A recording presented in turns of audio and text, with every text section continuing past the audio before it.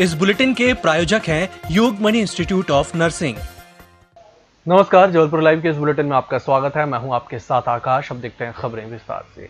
आबकारी सहायक आयुक्त एसएन दुबे और एक क्लर्क के विरुद्ध ईओडब्ल्यू द्वारा दर्ज की गई एफआईआर के बाद कांग्रेस के छात्र संगठन एनएसयूआई ने उनके विरुद्ध सड़क पर मोर्चा खोल दिया है।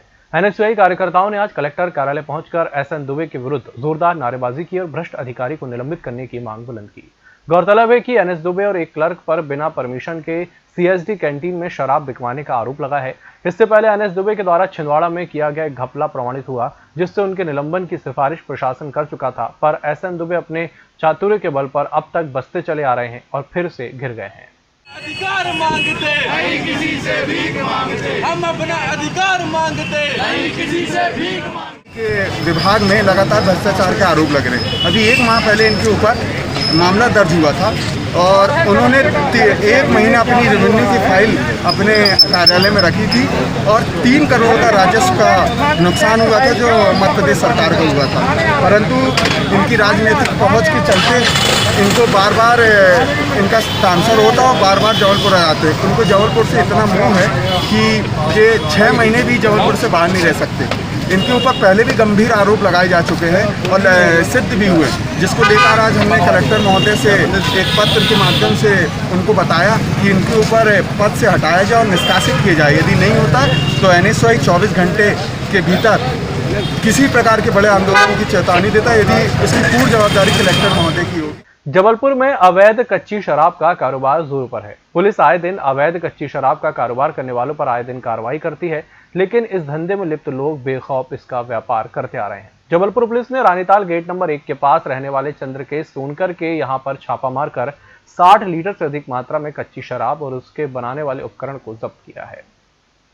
सूचना पर स्टाफ के साथ रवाना होकर देखा तो चंद्रकेश सोनकर घर के बाहर ही हाथ में एक झोला लेके खड़ा था।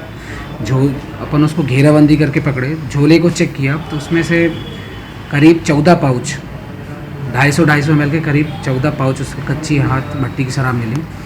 फिर उसकी निशानदेही पे उसके घर के अंदर जाके देखे तो घर के अंदर डालडा की कुप्पी जो होती 15 लीटर की, उसमें करीब 15 लीटर में पूरी हाथ भट्टी कच्ची महुआ शराब करीबन 58 लीटर आरोपी से जब्त की गई है। आरोपी का नाम है चंद्रकेश सोनकर। एमपी के जबलपुर में पुलिस ने अब कबाड़ियों पर अपनी नजर तिरछी कर ली है। पिछले दिन हिस्ट्री शीटर शमीम कबाड़ी के गोदाम पर दबिश दी और आज छोटी उमती 8 नल के पास दबिश दी, जहां पर टाटा सफारी कार काट रहा कबाड़ी पुलिस को देखते ही भाग निकला। पुलिस ने अधकटी हालत में कबाड़ी एजाज अली की सरगर्मी से तलाश शुरू कर दी है। बताया गया है कि छोटी उमती 8 नल के पास कबाड़ी एजाज अली द्वारा सुनियोजित तरीके से टाटा सफारी कार को कटवाया जा रहा था। पुलिस का कहना है कि अभी तक की पूछताछ में एजाज अली का ही नाम सामने आया है। पेपर दिखाने के बाद इतना परेशान करते हैं कि क्या बताएं। कहीं कहते हैं एसपी का आदेश है, कहीं कहते हैं ऊपर से एडिशनल एसपी का आदेश है। अरे आदेश तो ठीक है, अगर गलत है तो आप बंद करो। चोरी का काम कर रहे हो तो आप बंद करो, पर ऐसे नहीं सताओ। ऐसे आदमी को मजबूर मत करो। रोज खाने कमाने वाले कहाँ जाएंगे बताइए। कंपनी से गाड़ी लाते हैं, पुरानी गाड़ी कंपनी में खड़ी आती है, 6 चीज़ वो निकाल लेते हैं, हम लोग को लेखा पड़ी से गाड़ी दे देते हैं। सब कागज रखा रहता है, सामने रोड में गाड़ी कटती है, उसके बाद ये हाल है। आम जनता कितनी परेशान ना होती होगी, सुनने को तैयार नहीं रहती। Yogmani institute of nursing, Jamdar hospital Jabalpur. Nursing के क्षेत्र में करियर बनाने का सुनहरा अवसर। प्रवेश प्रारंभ BSc nursing, post basic BSc nursing, GNM. पता 198/2 Raigwa, ward number 72, Arihant warehouse के पीछे, पाटन बाईपास चौक के पास, जबलपुर। जबलपुर में बारिश से नदी नाले उफान पर हैं। गत दिवस पनागर रांची रोड को जोड़ने वाला परियट का रपटा पुल ओवरफ्लो हो गया। रपटा पुल पर 2 फीट के लगभग पानी बह रहा था, बावजूद लोग बाइक से इस रपटे पुल को पार कर रहे थे। जबकि पिछले साल पनागर निवासी 2 लोग इस रपटा पुल से इसी तरह के जोखिम उठाने पर बह गए थे। पनागर से रांची मार्ग पर बना परियट का ये रपटा पुल आसपास के लोगों के लिए शॉर्टकट रास्ता है। पनागर और खमरिया के बीच इस बड़ी संख्या में लोग इस मार्ग से आवागमन करते हैं। ग्रे आयरन फाउंड्री में नई वर्क्स कमेटी के लिए चुनाव प्रचार अंतिम चरण में है। आज शाम को निर्माणी के अंदर चुनाव प्रचार थम जाएगा, लिहाजा उम्मीदवारों ने अपने समर्थकों के साथ रैली निकाल शक्ति प्रदर्शन किया। बैनर झंडे के साथ निकले उम्मीदवारों ने एक कर्मचारी से मिलकर अपनी पूरी पैनल के पक्ष में वोट मांगा। जीआईएफ वर्क्स कमेटी के 9 और 2 कैंटीन प्रबंधन समिति के मेंबर्स चुनने के लिए 31 जुलाई को मतदान होगा। डीए प्रमोशन समेत अन्य मुद्दों को लेकर मध्य प्रदेश के अधिकारी कर्मचारी सामूहिक अवकाश पर रहे। इस कारण मकान प्लाट की रजिस्ट्री, आय जाति और नक्शा और ड्राइविंग लाइसेंस बनवाने जैसे कामों पर असर पड़ा। कर्मचारी संगठनों का दावा है कि सरकारी दफ्तरों में 100% लॉकडाउन रहा। यदि सरकार कोई फैसला नहीं लेती है तो 30 जुलाई से प्रदेश भर में अनिश्चितकालीन हड़ताल पर जाएंगे। शहर में चोरी की वारदातें थमने का नाम नहीं ले रही। खून पसीने की कमाई को चोर रेकी कर पलक झपकते ही पार कर देते हैं, जिसका एक मामला आज ओमती थाना अंतर्गत सिविक सेंटर में स्थित नील कमल शोरूम में सामने आया है, जहां शोरूम में लगी शटर का कुंदा उखाड़कर चोरों ने गले में रखी करीब 10-12 हजार रुपए की रकम उड़ाकर हो चक्कर हो गए। शोरूम के मैनेजर ने आज सुबह जब शटर का कुंदा उखड़ा हुआ देखा तो मौके पर पुलिस को सूचना दी, जिसके बाद पहुंची पुलिस ने मामला दर्ज कर प्रारंभिक जांच शुरू कर दी है।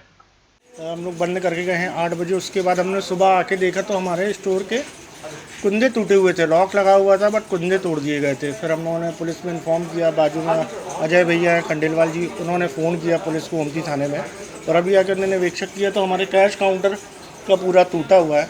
कुछ 6-7 हज़ार रुपये का चोरी हुआ, बाकी तो स्टोर में सामान है अभी, और हम लोग देख रहे हैं कि और क्या क्या गया हुआ है। और इसमें देखा गया सामने के शटर के तो 2 ताले हैं, उसका कुंदा तोड़ा गया है।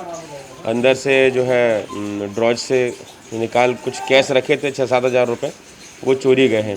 इनके कैमरे बंद हैं, अब आसपास से कैमरों को देख रहे हैं। जो भी होगा आगे संदिग्ध व्यक्तियों की तलाश की जाएगी। बरगी बांध के गेट आज नहीं खुले। बांध में अभी 31 जुलाई तक निर्धारित 417 मीटर के निशान से 90 सेंटीमीटर कम है। कैचमेंट एरिया में पिछले 2 दिनों से कम बारिश के चलते आखिरी समय में गेट खोलने का निर्णय टालना पड़ा। डैम प्रबंधन के मुताबिक अभी कैचमेंट एरिया में 1586 क्यूसेक प्रति सेकंड पानी की आवक हो रही है। वहीं 186 क्यूसेक बिजली बनाने के लिए डिस्चार्ज करना पड़ रहा है, तो दाईं और बाईं तट की नहरों में 15 क्यूसेक पानी डिस्चार्ज किया जा रहा है। बेटे की मौत के बाद असहाय हो चुकी नेत्रहीन बुजुर्ग मां की आखिरकार प्रशासन ने सुध ले ही ली। भिक्षा मांगकर गुजारा करने वाली इस बुजुर्ग के बेटे का इंतकाल 2 दिन पहले हुआ था। अमखेरा के फुटपाथ पर रह रही इस नेत्रहीन बुजुर्ग ने अचानक मदद की गुहार लगाई। वह बचाओ बचाओ चिल्ला रही थी कि वहां से गुजर रहे एक नागरिक अजय पटेल के कानों में वह आवाज पड़ी। अजय वहां पहुंचे और सारा माजरा समझने के बाद उन्होंने प्रशासन को खबर दी, जिसके बाद प्रशासनिक अधिकारी वहां पहुंचे और उस बुजुर्ग महिला को वृद्धाश्रम में शिफ्ट किया। कोवलपुर से जाते हुए एक वृद्धा महिला रोड के किनारे जो कि लावारिस हालत में डली हुई थी, लगभग उसकी उम्र 95 साल थी। जब मैंने रुक के उसको देखा तो वो चिल्ला रही थी बचाओ बचाओ। मैंने तत्काल तहसीलदार साहब को और एसडीएम साहब को फ़ोन लगाया और उसको वृद्धा आश्रम में व्यवस्थित उसको जगह दिलवाई और एम्बुलेंस भी आई। बहुत ही सराहनीय कार्य था एसडीएम साहब का और तहसीलदार साहब का। अगर अधिकारी ऐसे जो है तात्पर्य से और कार्य करते रहेंगे तो हमेशा जो है गरीबों के प्रति स्नेह और वो बना रहेगा। जबलपुर नगर निगम परिसर में आज लोकायुक्त ने रिश्वतखोर अतिक्रमण दल प्रभारी को 10,000 रुपए की रिश्वत लेते रंगे हाथों गिरफ्तार कर लिया। दल प्रभारी अतिक्रमण की कार्रवाई न करने के लिए एक मकान मालिक ने रुपयों की डिमांड कर रहे थे, जिसके बाद पीड़ित ने लोकायुक्त में शिकायत की। मामले की बारीकी से छानबीन करने के बाद लोकायुक्त की टीम आज नगर निगम परिसर पहुंची और लोकायुक्त दल प्रभारी उमेश सोनी को रंगे हाथों नोट लेते हुए गिरफ्तार कर लिया। क्या पूरा मामला कितनी रिश्वत मांगी थी?